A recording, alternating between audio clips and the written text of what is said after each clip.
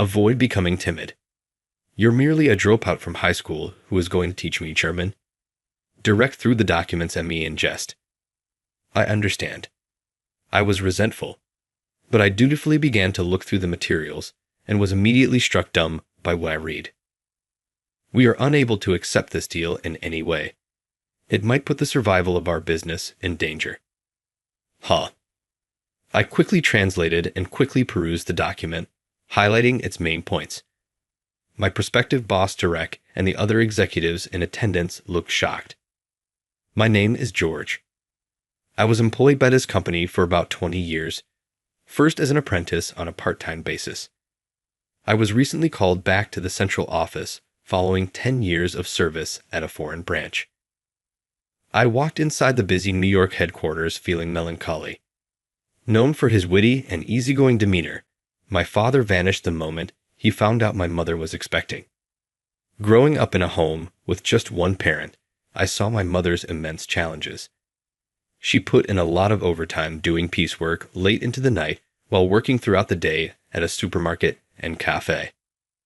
My mother encouraged me to go high school while I was in my 3rd year of middle school, but I decided against it since I wanted to support her financially and I knew she worked nonstop.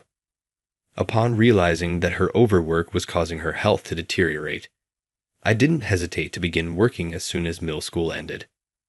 I started working a part-time job at a plant that makes computer parts.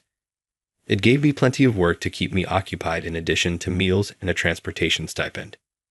It was the ideal job for me. Everyone at the plant was quite kind to me, maybe because a kid had just joined them. They gave me tips on how to do better, more productive work, and even how to wash work clothes properly. I was even given veggies by some to bring back to my mother. Everyone loved me, and I enjoyed my work because of their thorough coaching. It was a fantastic stroke of luck that President Thompson saw my rapid improvement and extended an offer to hire me on a full-time basis. I happily purchased a present for my mother after I was given a bonus for my well-received work. But my mother, who was always weak, died 4 years later, leaving me all by myself. It was during this time of loss and depression that President Thompson approached me with a chance. What about working abroad? We're going to help you with your German. Observing my struggles in my homeland, he extended this opportunity to me. An underperforming overseas division of the corporation was established. Without my mother, I felt lost, so I took the job offer overseas. It was really difficult to adjust to working in a different nation. Numerous misunderstandings were caused not just by the language barrier, but also by cultural differences. At first, there were problems like arriving late and producing poor quality work. I disagreed with the local employees a lot, but through talking to one another, we eventually started to understand one another. Some even sobbed for the mother they had never met when I told them about my upbringing. I got support from local figures and was invited to family feasts. I steadily established a reputation for myself at the branch office in this way. 10 years later, I was comfortable speaking German and handling agreements with other parties. I was then told to go back home. I tried so hard not to think about my mother for 10 years. It surprised me to be standing in front of the headquarters 10 years later. The headquarters had built a brand new, very attractive building while I was working hard abroad. It was a glass-topped tower, manned by armed guards all hours of the day. Good to see you again. You've had success abroad. You have a temporary role set up for you, so please give it your all there. President Thompson greeted me with a pleasant smile. My status as an employee of the corporation remained uncertain. They didn't appear to know where to put me to the best use. President Thompson greeted me and then hurriedly led me to the sales division. The sales team seemed young and enthusiastic at first glance. My name is George, and I will begin working with you right now. It's nice to meet you. I said hello. Everybody grinned in response to my greeting. I had assumed that I would be able to settle in easily at the headquarters. However, a man quickly destroyed my hopeful view. I greeted Durek, the department manager, who was my new employer, the following day. Good morning. My salutation received no response. He appeared unhappy, despite his cordial demeanor during my introduction the previous day. I said, "Good morning," once more, in case he hadn't heard. Calm. You were heard. All of a sudden, I was subjected to foul language. A mocking voice then followed, making fun of me even more as I stood there in shock. "You're older than me and a high school dropout. Yes, you traveled abroad or whatever, but I suppose that's simply because you're too naive and inappropriate, don't you think?" While I had previously experienced disdain for being a dropout, I wasn't prepared for it to happen here. Derek went on, leaving me stunned. With a contemptuous glare in my direction, he said, "Guarding a useless dropout like you is just my bad luck," before turning back to his desk. My coworkers informed me over lunch that Derek's outstanding educational background made him an elite. He used to look down on people he thought were beneath him and flatter those he thought were superior. He was disliked for showing off his status, but he put up a nice front, so criticizing him would just fuel animosity. The folks at work appeared to have accepted the situation to some extent. It seems that Derek was modest at first, but grew haughty after he hired assistants. I attempted to start my true assessment of Derek, but he offered me no clarification. "As a recent high school dropout, you can manage this workload." They told me to just do some menial tasks, not even allowing me to handle the documents properly. "No, I was assigned here by President Thompson, so please let me see the contracts or something," I replied. As I already stated, this place does not employ a worthless high school dropout. "Whoa, hold on," Derek remarked arrogantly. He said to me, "From now on, clean with her," after phoning a local part-time cleaner. What? The part-time employee and I were both taken aback. "Document work is too good for an incompetent dropout," he grumbled. I glanced at the part-time employees, stunned. With a sly smile, Derek set down a cloth and broom in front of me. "Hurry up! Or does a dropout not even know how to clean?" I was starting to get frustrated, but I didn't want to stir up issues so soon after coming back. Plus, my coworkers were staring at me all the time. They were undoubtedly scared that Derek would take a swipe at them next. I forced myself to control my feelings as I took up the broom and rag and got to work cleaning. Offering me coffee in the break room, the part-time employee stated, "Well, it looks like we're done for today." "I'm grateful." I said, "That Derek is a pretty bad person." She revealed that, simply for being a member of the cleaning staff, she too was treated with contempt. Emily Thompson was her name. We grew close since we were close in age and experienced the same hardships in coping with Derek's excessive demands. I gave her some housekeeping advice in exchange for her teaching me some sewing methods that I had picked up from assisting my mother with her housework. Derek's haughty demeanor only became worse in the interim. He put me on mundane jobs like photocopying and making tea, which are usually assigned to new hires. He would not even show me the documents when I asked to see them. He would grudgingly give them to me only after I begged for them. While my coworkers would offer me pitying looks, they appeared to be apprehensive about facing his wrath. I didn't harbor resentment toward them, as I recognized how they felt. Subsequently, they would apologize and covertly present the documents to me, facilitating my work without drawing Derek's notice.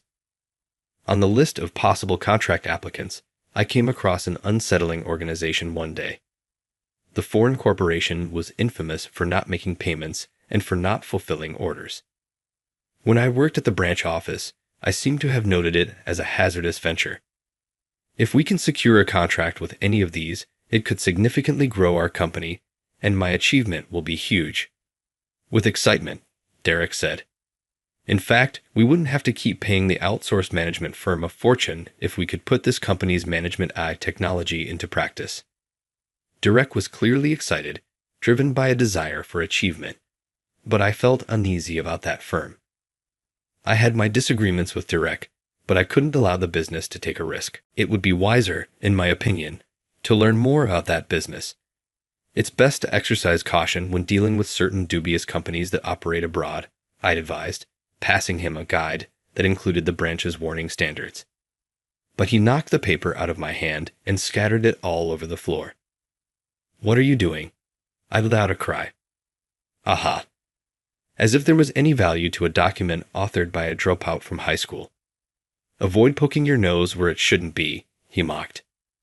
Talking to him was obviously pointless. I pondered whether Derek's kind was typical of this organization. Emily walked over to me in the cafe, groaning loudly. We had gotten to know one another well by then. Did Derek treat you badly once more? You're not to blame, she remarked. He didn't even glance at the manual I made, just knocked it over, I responded. That is quite awful. What did the handbook cover? She inquired. I was unable to simply educate Emily, an outside contractor, about the manual because it contained proprietary company information. I thought she would be disappointed when I told her this, but she just grinned broadly. George, you're incredibly sincere. You'll undoubtedly experience better days with your diligence, she informed me. Her grin made me feel better. Emily's gesture of rewarding me for my hard work with handmade cookies inspired me. I plucked up the guts to go talk to Derek. I asked to go with him, even as an errand boy, because I was fascinated about his approaches to contract negotiations and signing. He asked in jest, "You want to shine my shoes?" I said, "Yes, I'll do it." He spoke with contempt, saying, "Fine, but remember, someone like you shouldn't even be part of this." I was given the opportunity to take part in the negotiation, which was embarrassing. Derek had indicated that the other party was supposed to visit our office at 2:00 p.m. for a meeting. In the afternoon, I entered the meeting room door with this sliver of hope, but it was entirely empty when I got there. I found out that the meeting had concluded early in the morning as I hurried to the office. I turned back to my work and noticed Derek grinning. "Hey, remember how I said the meeting was at 11:00 a.m.? He asked, "What's this mess now?" "What are you trying to say? Wasn't that meant to happen around 2:00 p.m.? Confused, I asked. I said, quite plainly, 11:00 a.m. He made fun of the fact that a high school dropout couldn't even tell the time. I then realized that Derek had been playing me. "What kind of person are you, Derek? Is there something wrong with me?" "It's not your place to speak up, you low achiever." I was unable to attend the contract meetings because of this. I opened the cookies Emily had given me covertly since I was feeling low. Then an incredible event took place. "Hi, you inept person. Don't you dare think you can take a break." Derek took the cookies from me and crushed them into dust under his shoe. "How were you able to do that?" "Those cookies belonged to Emily." "Aha, that maid who cleans. Ideal for someone who lives on the bottom like you." Was it my fate to be viewed in this manner, simply for not completing my high school education? For me, I could take it, but I couldn't bear Emily being made fun of too. It's enough. I have some opinions of my own on this. Derek initially appeared surprised by my firm tone, but he soon became enraged. "What? You're refusing to obey me? You call me incompetent all the time, but what knowledge do you actually have about me? You never even attempted to recognize my potential. It must be so simple for you to simply look down on me." Derek slammed a hefty page in front of me, clearly sensing that this had touched a nerve. "So you're able to read this, correct? Hey, Mr. Middle School Dropout, teach me some German." Recognized. I opened the document and began to read. It seems like the transaction today involved a contract. If this is approved, it will represent a significant step forward for me. Disregarding the gloating Derek in the background, I perused the document further and came across a troubling revelation. This might bankrupt the business. I was shocked to see Derek taking the contract away from me as I looked up. A dropout from middle school can't understand German, of course. Restart with the alphabet, he stated in his typical condescending manner. I didn't care about it now, though. "What topic are you discussing? We run the risk of losing our business if we accept this arrangement." I threw caution to the wind and hurried to the president's office, yelling at Derek. President Thompson paled as he read the contract and heard my explanation, but he was still shocked by my abrupt arrival. Derek was instantly called by him. "I'm sorry, President Thompson. This fool just walked in and started messing around. What the heck is this about on earth?" President Thompson called in other executives, and I brought up a few alarming concerns during our conversation. "Is this the contract from today's deal?" "Yes," Derek said, but President Thompson's yell overpowered her. "Derek, are you attempting to put this company out of business? Look at this, no delivery date mentioned." It was surprising that the contract didn't include a delivery date and only required payment in advance of work commencing. As I read the contract, I quickly translated it. President Thompson and the other executives became ghostly pale. The other party's delivery date is not specified, but we have a deadline for payment. That's the issue. Well, they said they were short on funds to build the system, so once we transfer the money, they'll deliver it soon enough. Derek attempted to refute my assertions, but he became agitated. I think he sensed something wasn't quite right, but he didn't want to concede. Derek attempted to argue with me, but I calmly said, "No, there's a real possibility that they could just take our money and disappear." Derek was getting desperate. "What are you saying? I have personally witnessed the company's system. What if that was just a sample to gain our trust?" Derek became enraged and yelled at me, but each time he spoke, his words were jumbled. The pact lacked legitimacy. It was essentially just a verbal one. In the event of conflict, it would just result in a pointless dispute based on he said, she said.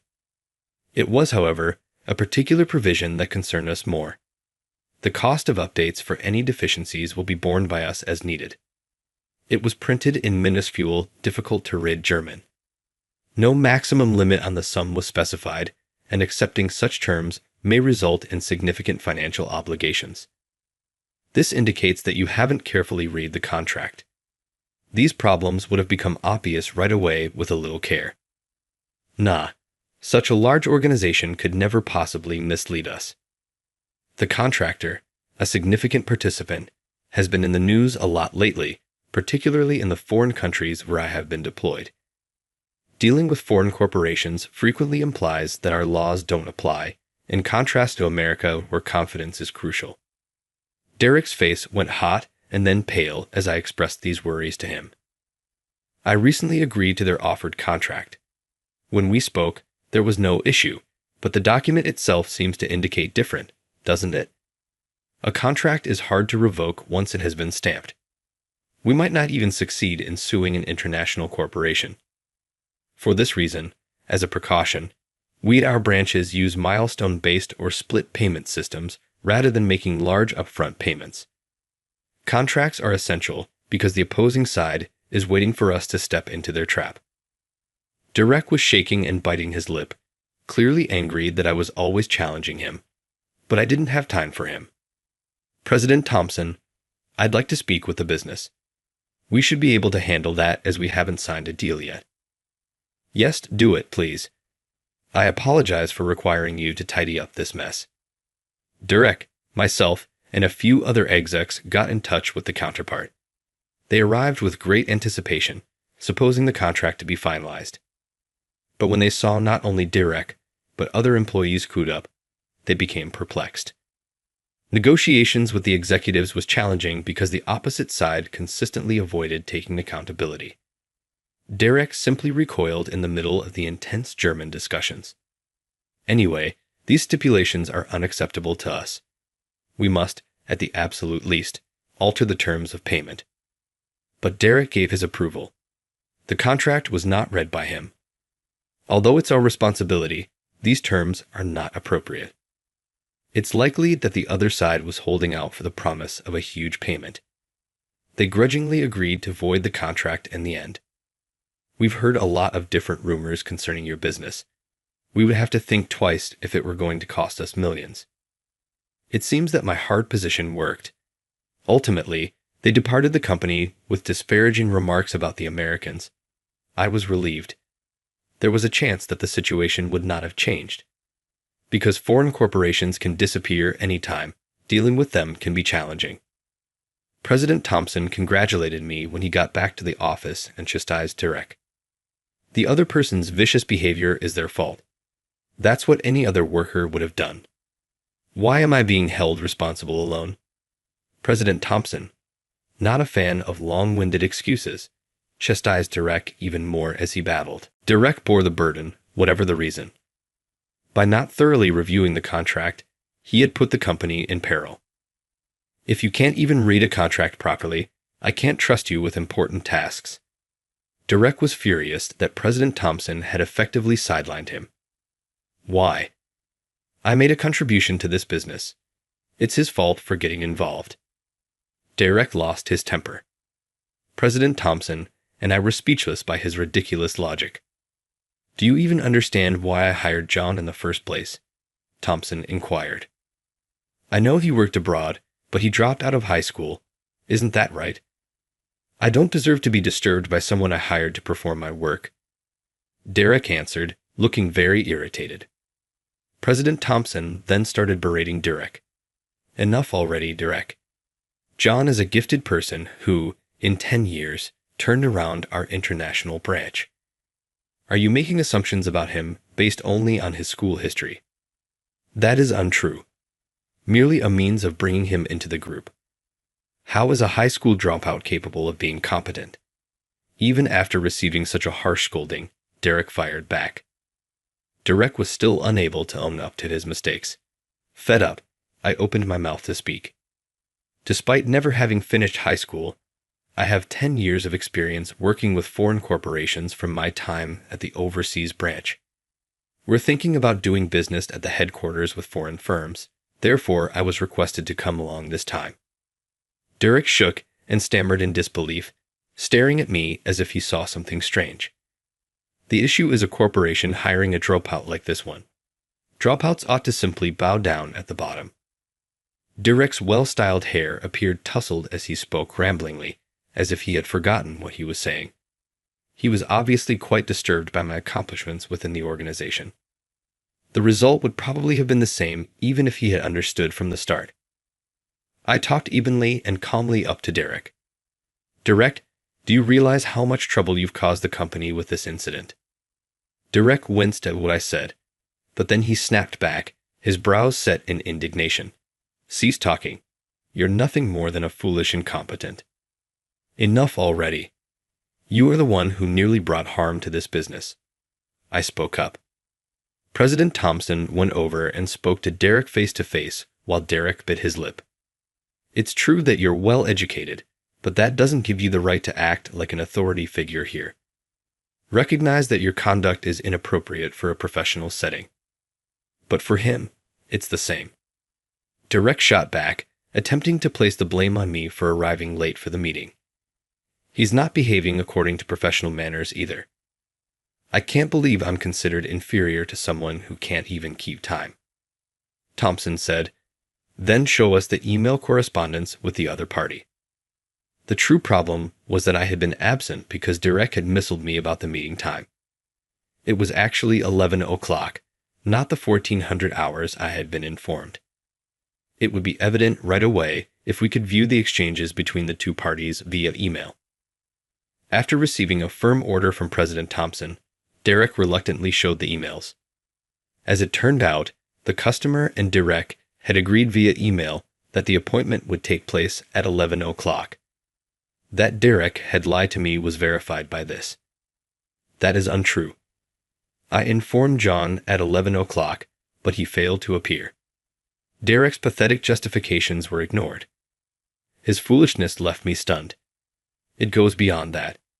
Instead of providing John with any work, Derek has been forcing him perform housework and serve tea whenever he has the chance. And then, as if to rub salt into wounds, somebody else showed up. It was the cleaning lady Emily. What are you doing here, Emily? Who is this cleaner trying to get involved? Emily was a cleaner, but instead of her typical work clothes, she was wearing a sharp suit. Emily, I appreciate all of your hard work. Dad, it's okay, she remarked. The fact that Emily was President Thompson's daughter surprised everyone. Despite sharing a last name, nobody had ever considered the possibility that they were connected.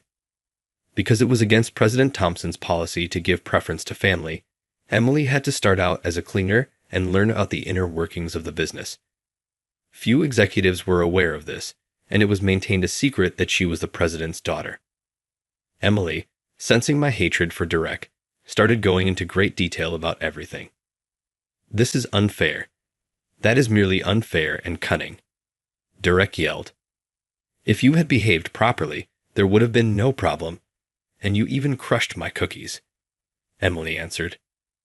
Derek, who had scorned Emily by calling her merely a maid, paled to death. The speed at which the color left his face almost impressed me. Despite confronting many difficult obstacles, John never made an attempt to divulge company secrets. "He's a reliable individual," someone remarked.